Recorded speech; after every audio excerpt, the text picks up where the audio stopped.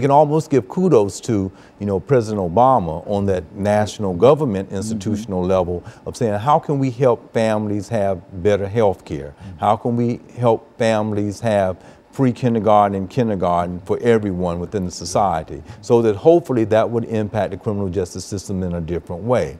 But even given that, I'm talking, as we may mention to the last segment, about the disproportionate amount of people that are in prison, the disproportionate amount of people that are in the criminal justice system, the behavior that those who are in authority, such as police, and in the actions of Martin or Brown or Gardner or the kid in Cleveland that was shot, how do we have a more humanitarian way within our criminal justice system, along with the positive and good things about the system? Because it does keep order. If we can imagine it not having a criminal justice or policing, it would be chaotic.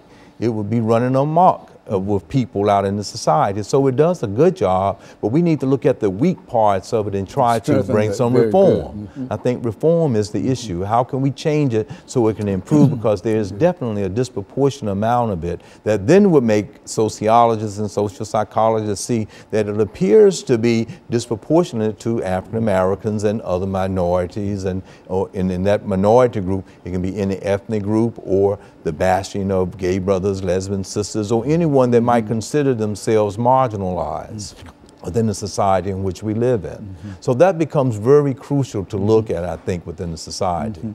You know, Dr. Sanford, let's look at some of the solutions. I would imagine that you've been involved with a large number of folks dealing with solutions and et cetera. Yes. Let's use the rest of this time to think in terms of how do we move toward solving some of the issues that we have here. Certainly we can't do it on this show, but at least give us some ideas to the path that we could possibly take in terms of trying to bring some answers to some of the problems that we have. Yes. Well, just as I would like to share, as I open up with my experience of working with the National Organization of Black Law Enforcement Executives, just as this chief of police here in Davidson County convened with other ministers, and we had a discussion about the Ferguson issue so that people could have some clarity about community type of service from policing and how that could possibly not occur here and be proactive. So one of the solutions, I think, is having a good community relationship with